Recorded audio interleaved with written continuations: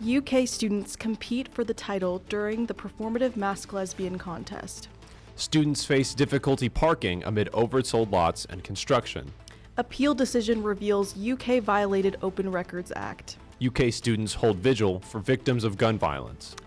UK implements new security measures for the 2025-26 school year. I'm Gavin Breunig. And I'm Sylvia Freire, and welcome back to Catching Up with the Kernel. University of Kentucky students competed for the title of the most performative masc lesbian, with the winner receiving a $20 prize outside of William T. Young Library.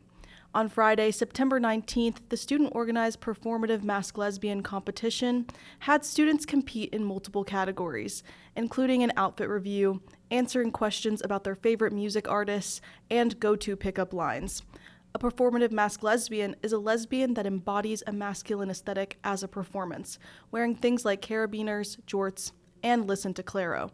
Similarly to the performative male contest, this is the lesbian version, meant to celebrate queer identity. After each round, competitors were eliminated based on the least applause they received from attendees.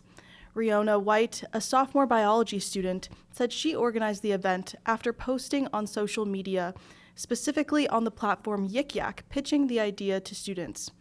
Despite her post only asking for 50 upvotes or likes to get her to organize the competition, White said the post reached about 100 upvotes. Sophia Caratini, a junior equine science major, won the competition after getting past multiple rounds of elimination.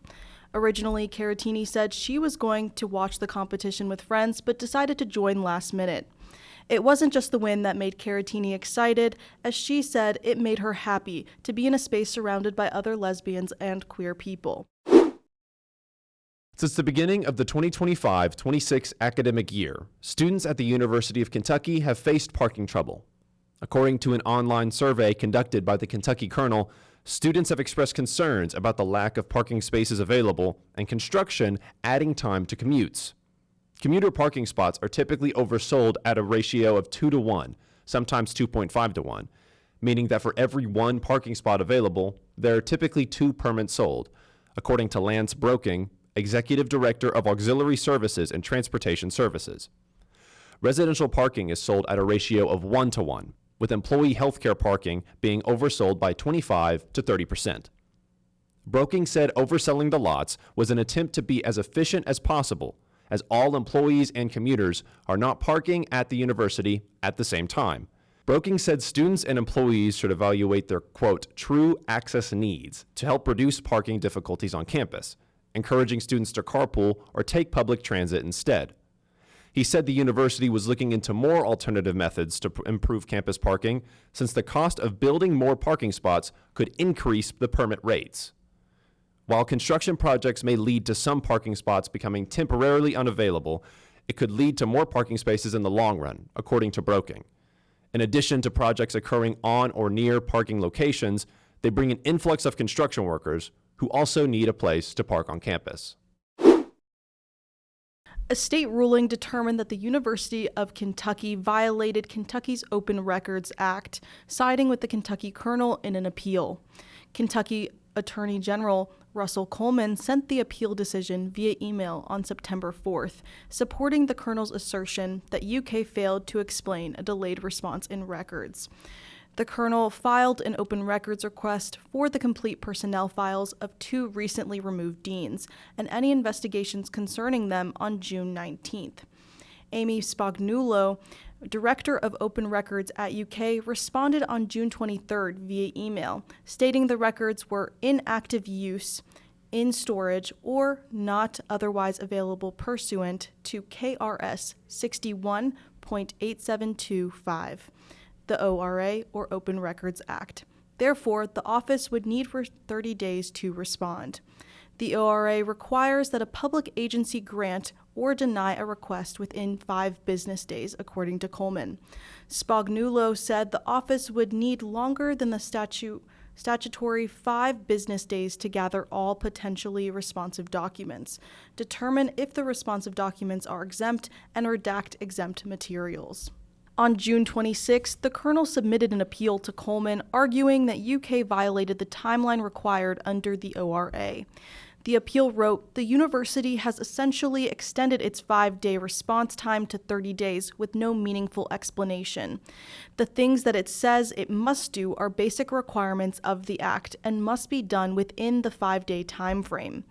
Within 10 minutes of being notified about the appeal on June 26th, the Open Records Office once again requested an extension to the 5-day response requirement, which was granted in part by the Attorney General's Office. UK's Open Records Office provided the records from June 19th, request on July 3rd, and responded to the appeal on July 11th. UK's response claimed that due to the privileged nature of personnel records, they were acting within their rights to take extended time to redact the portions of them. The Kentucky Attorney General decided on September 4th that their reasoning for the delay was not specific enough and that UK was in violation of the Open Records Act. Coleman wrote in the decision, simply put, a response that would apply equally to any request for records is not sufficiently detailed to explain the cause for a particular delay for producing particular records. But here, that is the only explanation the university offered. This is not the first time UK has evaded the Open Records Act. The court has ruled in favor of the Kernel over UK in numerous lawsuits under the ORA, including in 2016 and in 2024. Kentucky Press Attorney Michael Abbott said, "The Attorney General issued a strong opinion making clear that the universities have to follow the law, and they can't cite their own failure to put enough resources into transparency as a reason to delay or deny responses." Students and community members honored lives lost to gun violence at the Vigil for Victims, hosted in front of the Bowl at the William T. Young Library on Wednesday, September 17th. The vigil was organized by the University of Kentucky Students for Justice in Palestine, Young Communist League, Intersectional Feminist Collective, and Young Democratic Socialists of America, or YDSA. Participants heard from speakers, lit candles, shared a moment of silence, and wrote messages such as "When will enough be enough?"